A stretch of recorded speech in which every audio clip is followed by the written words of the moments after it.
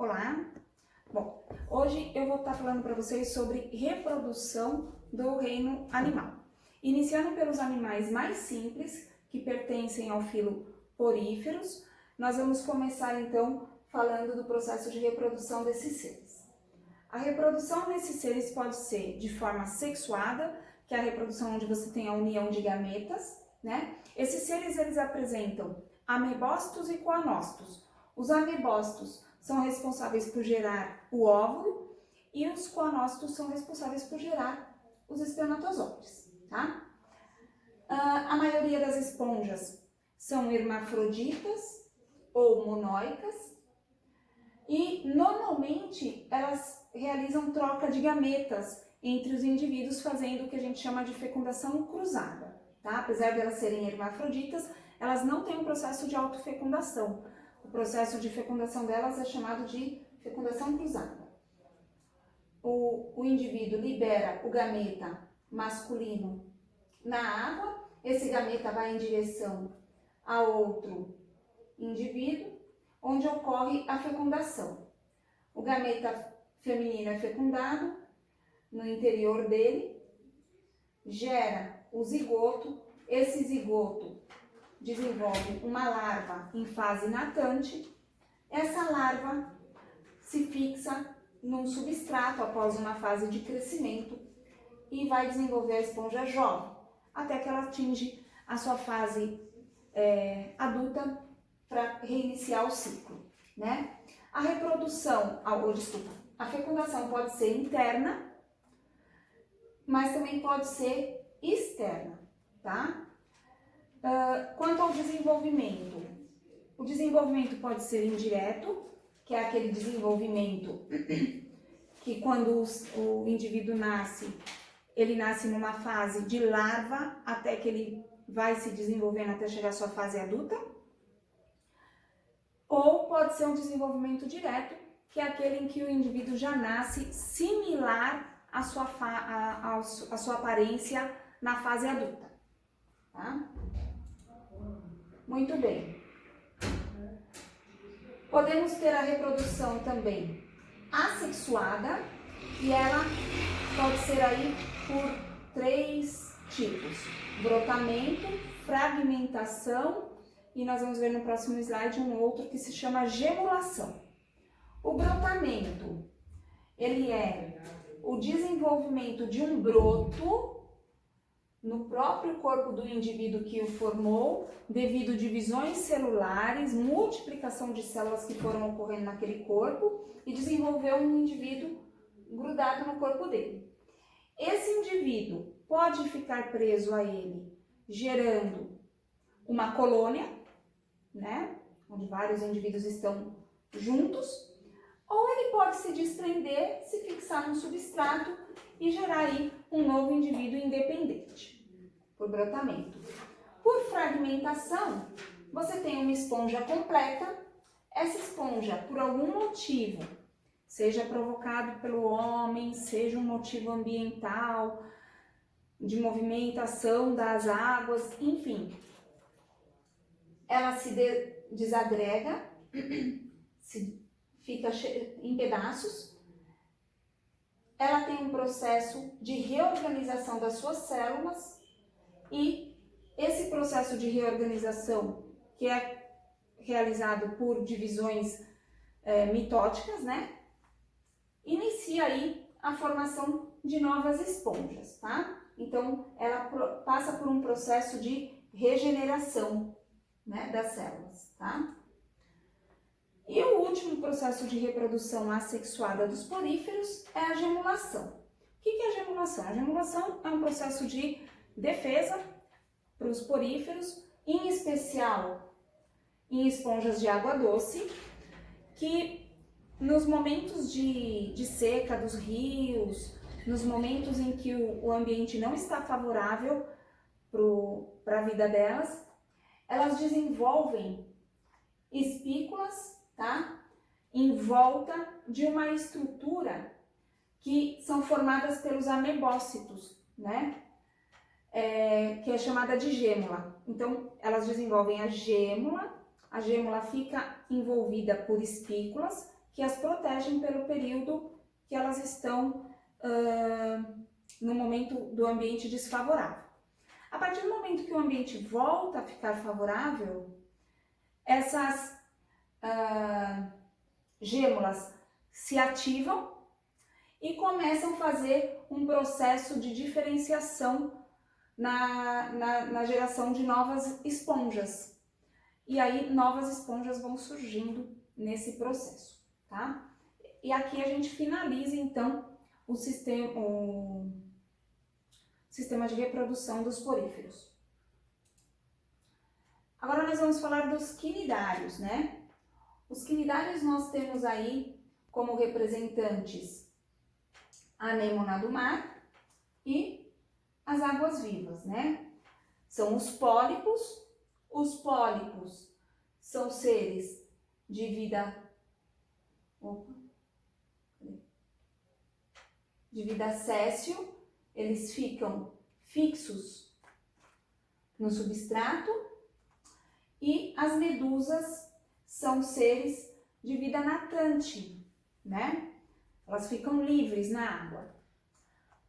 Os pólipos, eles têm o formato da boca voltada para cima, e as medusas têm o formato da boca voltada para baixo, ok?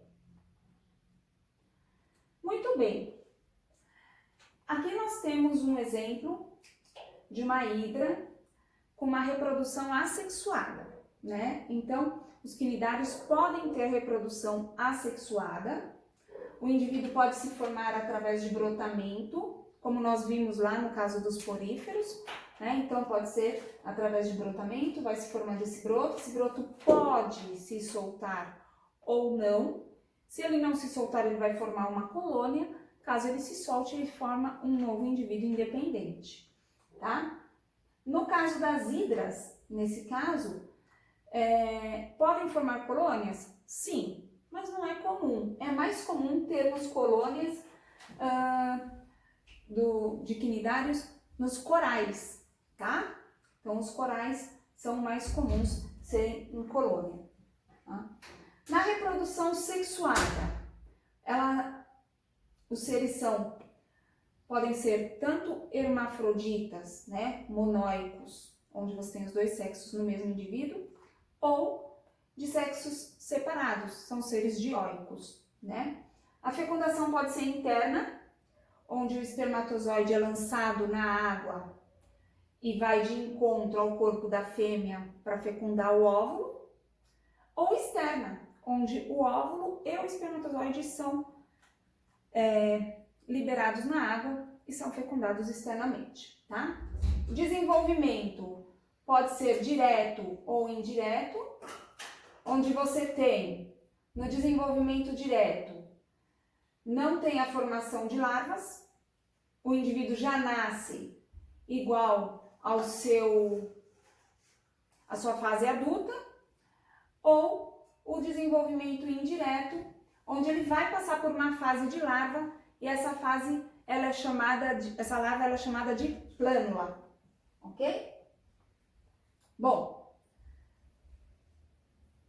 temos o processo de alternância de gerações. Quando a gente fala de alternância de gerações, nós estamos falando que nós temos aí duas gerações diferentes no mesmo processo, no mesmo ciclo, tá? Então, esse processo ele também é conhecido como metagênese, tá? Então, no caso do ciclo de vida desse animal, você vai ter as medusas, onde você tem o gameta masculino e o gameta feminino. Quando eles se juntam, ocorre a fecundação e forma o zigoto. Esse zigoto, conforme ele vai se desenvolvendo, aqui eu não tenho a imagem, mas ele vai formar uma larva, que é a plânula, que nós falamos anteriormente. Essa plânula, ela é ciliada e ela vai nadando até que ela vai crescendo e ela se fixa, né? Quando ela atinge uma fase jovem, ela se fixa num substrato, tá? Esse processo ocorre o que a gente chama de reprodução sexuada, porque houve a junção dos gametas, tá? Muito bem. Quando ele chega na sua fase de pólipo, ele não tem mais reprodução sexuada aqui. Aqui a gente começa com um processo de reprodução assexuada, que é um processo que a gente chama de estrobilização, tá? Ele vai formando estróbilos, né? E o estróbilo mais maduro é chamado de éfiras, né? São fragmentos, são pedaços que vão gerar medusas, tá? O estróbilo mais maduro é liberado na água e representa uma medusa jovem. Essa medusa fica de vida livre e natante na água. E aí o ciclo reinicia. Alternância de gerações, porque eu tenho, se você passar uma linha aqui, você tem a fase de pólipo, você tem reprodução assexuada, e a fase de medusa você tem reprodução sexuada, tá?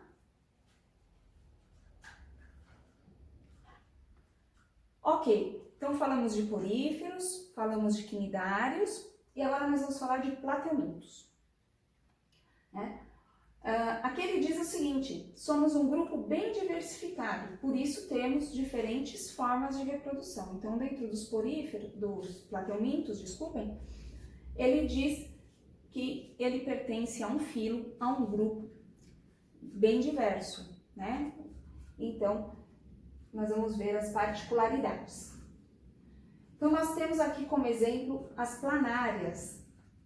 As planárias são seres hermafroditas, porém, apesar de serem hermafroditas, não realizam autofecundação, mas realizam a troca de gametas por fecundação cruzada. E ocorre uma fecundação interna, tá? E aqui a gente está mostrando, né? Eu tenho a reprodução sexuada, porém fecundação cruzada, tá? São hermafroditas, mas precisam fazer a cópula dos poros genitais, onde esse vai passar os seus espermatozoides para esse indivíduo e esse indivíduo vai passar os seus espermatozoides para esse. Então, há a troca de espermatozoides. A fecundação ela é interna e os seus ovos ficam dentro de um casulo, tá? Quando esse casulo ele é rompido, já nascem as planárias jovens. Se elas já nascem similares à sua fase adulta, logo elas têm um desenvolvimento direto, certo? Porque elas não passam pelo estágio larval, ok? As planárias, elas podem ter reprodução assexuada também. Como? Essa reprodução assexuada delas recebe o nome de fisão binária. Por quê? A parte posterior do animal, ela fica fixa na superfície e ela vai fazendo um movimento de contração muscular. E com esse movimento, essas contrações são fortes a ponto de romper o corpo. Quando rompe, ela tem um processo de regeneração, né? Então, rompeu em duas partes, cada parte vai gerar um novo indivíduo. Um outro jeito também dela ter essa reprodução assexuada, se nós fizermos um corte transversal nela, um corte intencional mesmo, com uma lâmina, tá? E cada parte cortada vai poder se regenerar e formar um novo indivíduo, né? Então, aqui eu cortei ela em 3 partes, cada parte vai gerar um novo indivíduo. Isso se eu fizer o corte transversal. Se eu fizer o corte longitudinal, não dá certo, tá? Então, o corte tem que ser de forma transversal. Foram as planárias, né? Agora vamos falar das tênias, né? As tênias são parasitas, são seres parasitas, causadores de doenças, são hermafroditas e realizam a autofecundação, tá? Que tipo de doença elas causam? Causam a teníase ou a cisticercose. Ambas são transmitidas pela ingestão da carne do boi, da carne do porco ou alimentos contaminados, ou a água contaminada também, né?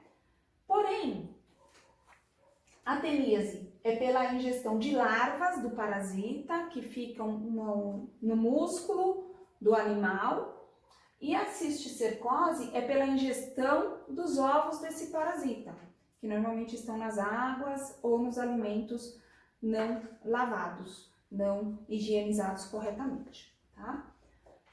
Então, nós temos como hospedeiro intermediário aquele que tem o parasita, porém não tem sintomas da doença, ele desenvolve, ele armazena o parasita para que o parasita chegue até o seu hospedeiro definitivo, onde vai causar a doença, né? Então, no boi, você tem a tênia da espécie saginata, e no porco você tem a tênia da espécie solium, né? E tendo ambos como hospedeiro definitivo o ser humano, o homem, tá? Aqui nós temos a estrutura da tênia, onde essa região é chamada de escólex. No escólex tem ventosas e ganchos, tá? Essas ventosas e esses ganchos servem para fixar melhor o ser vivo, né, o indivíduo, o parasita, na parede do nosso intestino. E ao longo do escólex vão se formando próglotes ou proglótides, né? E quanto mais distante, mais maduras elas estão.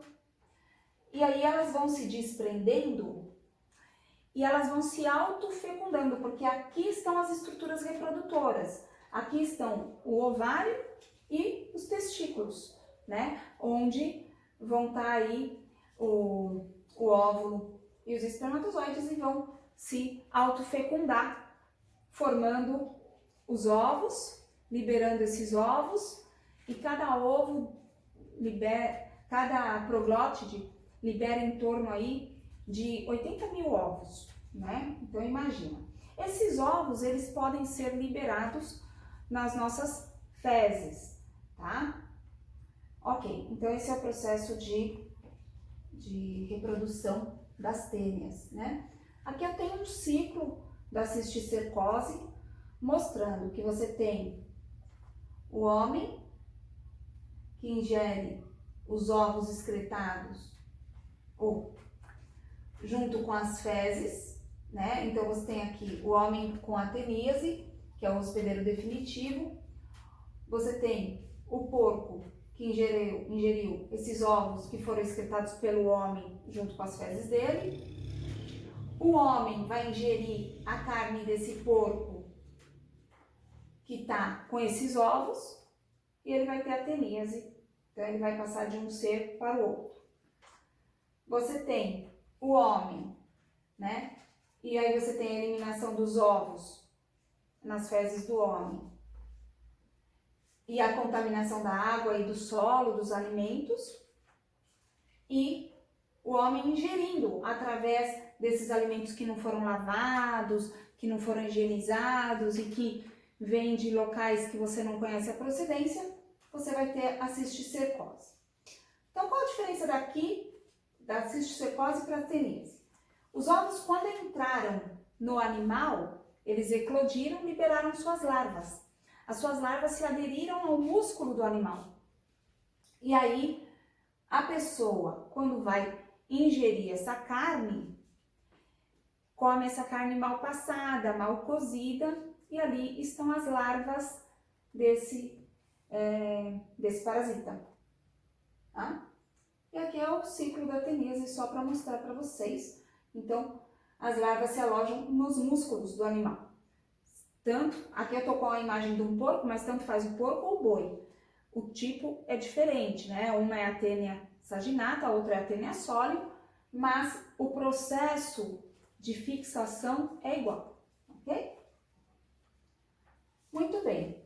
Aí nós temos um outro plateuminto, que é o esquistossomo. O esquistossomo, ele é uma espécie dioica, tá? Com dimorfismo sexual, ou seja, a fêmea é diferente do macho, onde você tem a fêmea que mede em média 1,5 cm, ela é mais fina, mais delgada que o macho e ela é mais comprida que o macho. O macho já mede em torno de 8 a 10 milímetros, né? Atinge aí no máximo 1 centímetro. Ele é mais robusto, ele tem uma abertura ventral, que é onde a fêmea se aloja na hora da cópula, tá? São parasitas, o seu parasita é o Schistossoma mansoni, causa a doença chamada esquistossomose ou barriga d'água, o nome popular. Esse parasita realiza a reprodução sexuada quando está dentro do ser humano, que já é o seu hospedeiro definitivo, ou assexuada, que está dentro do caramujo, que é o seu hospedeiro intermediário. Vamos entender? Aqui nós temos o ciclo de vida, então, do Schistossoma mansoni, né? O causador da esquistossomose. O homem libera suas fezes no ambiente, essas fezes estão com ovos, ela contamina a água. Esses ovos eclodem e liberam larvas ciliadas que recebem o nome de miracídio, tá? Esse miracídio, ele penetra no caramujo, por isso ele é um hospedeiro intermediário. No caramujo, ele passa por uma reprodução assexuada, tá? E vai se desenvolver no caramujo as larvas cercárias. Essas larvas penetram na pele do homem de forma ativa, tá? E atinge as veias do mesentério no intestino, né? Esses vermes lá dentro realizam a reprodução sexuada. Vejam, o macho, como eu havia dito, mais robusto, com uma abertura ventral, e a fêmea mais delgada, porém mais longa que o macho. Ela faz o processo de cópula dela, reprodução então sexuada, tá? Também liberando os ovos dentro do homem, tá? E aí reinicia todo o ciclo, ok? Muito bem. Falamos de plateumintos e agora a gente vai para os nemateumintos, né? Muitos são causadores de doença, então a dica é, fiquem atentos, tá? Os nemateumintos, eles têm uma reprodução sexuada, ou seja, junção de gametas, né? Sua fecundação ela é interna, desenvolvimento indireto, porque eles têm a fase de larva antes de chegar à sua fase adulta. A maioria deles é dioico, ou seja, tem dimorfismo dioico, né? São sexos separados, com dimorfismo sexual, ou seja, o macho é bem diferente da fêmea. Normalmente são menores que as fêmeas e os machos ainda possuem ganchos para auxiliá-los no processo de cópula com a fêmea, tá? E aqui eu trouxe alguns exemplos de nemateumintos e as doenças que eles causam. Então nós temos o Ascaris lumbricoide, que popularmente conhecido como lombriga, é uma doença causada pela água ou alimentos contaminados por esse parasita. Ancylostoma brasiliensis, que é o bicho geográfico, né, popularmente conhecido assim. Ele é transmitido através das fezes de cães e gatos contaminados, e claro, sempre frisando, cães e gatos que não são tratados, que não são vermifugados, que não tomam suas vacinas em dia, né? Podem estar infectados e são transmitidos. Um local muito comum de se contaminar com bicho geográfico são as praias, né? Por isso que algumas praias nem permitem a circulação de animais, porque a gente fica em contato direto com a areia, descalço, senta, né? Então tem maior facilidade de contaminação. O Schleria brancoft, que é a elefantíase, é transmitido através da picada do mosquito fêmea do gênero Culex, tá? Porque ela ataca diretamente os vasos linfáticos, principalmente nos membros inferiores, causando aí um inchaço das pernas, trazendo a imagem de patas de elefante mesmo, por isso chama-se elefantite, tá? Ancylostoma duodenale é o amarelão. O amarelão, ele é transmitido através da penetração do parasita através da pele, né? E os ovos são liberados pelas fezes das pessoas contaminadas. Isso é muito comum em regiões onde não existe um saneamento básico, onde a situação é muito precária, né? E um representante dessa doença nas histórias é o Jeca Tatu, né? Faz parte da história do Monteiro Lobato e tem uma historinha dele mostrando ele contaminado pelo amarelão. É um personagem rural, né? Vive de pé no chão, andando pelos ambientes e, como uma zona rural sem saneamento básico, ele acaba se infectando com o amarelão. Né? E aí, quais são os sintomas desse amarelão? Dos sintomas é a pele ficar amarelada mesmo, por isso recebe esse nome, ok? Turma, vou ficando por aqui, vou preparar a parte 2, onde eu vou trazer sobre anelídeos, moluscos, artrópodes e equinodermos, para que a gente possa fechar a parte de reprodução dos invertebrados e depois podemos avançar para a parte de reprodução dos vertebrados, ok? Um abraço e até mais!